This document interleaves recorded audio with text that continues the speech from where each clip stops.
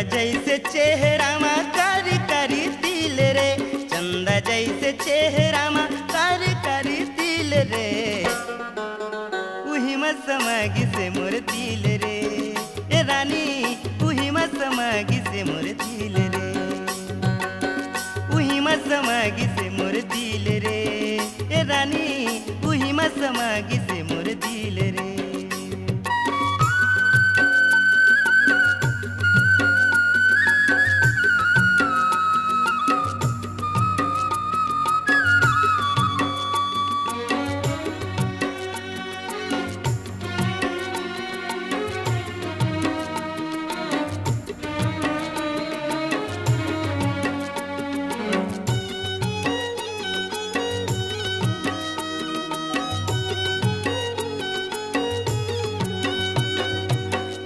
गोरी तीर मायाना भेस तोर बना दे हूँ, लाली सेमरी पर सा फूले केस तोर सजा दे हूँ।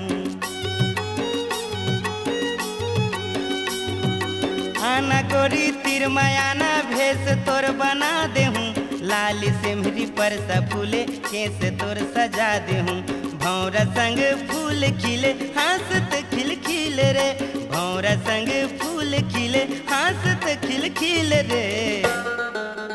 उही मा समागी से मोर दिल रे, ए रानी उही मा समागी से मोर दिल रे, उही मा समागी से मोर दिल रे, ए रानी उही मा समागी से मोर दिल रे।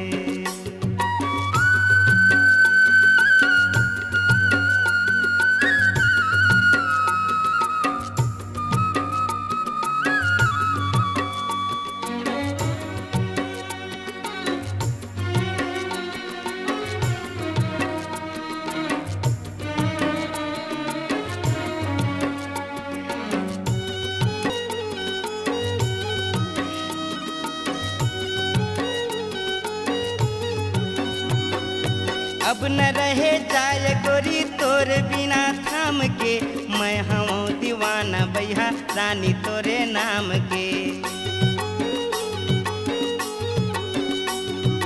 अब न रहे जाए गोरी तोर बिना थाम के, मैं हूँ दीवाना बैहा रानी तोरे नाम के। गोरी तोरे बैहम लाली चूर है शामिल रे, गोरी तोरे बैहम लाली चूर है शामिल रे,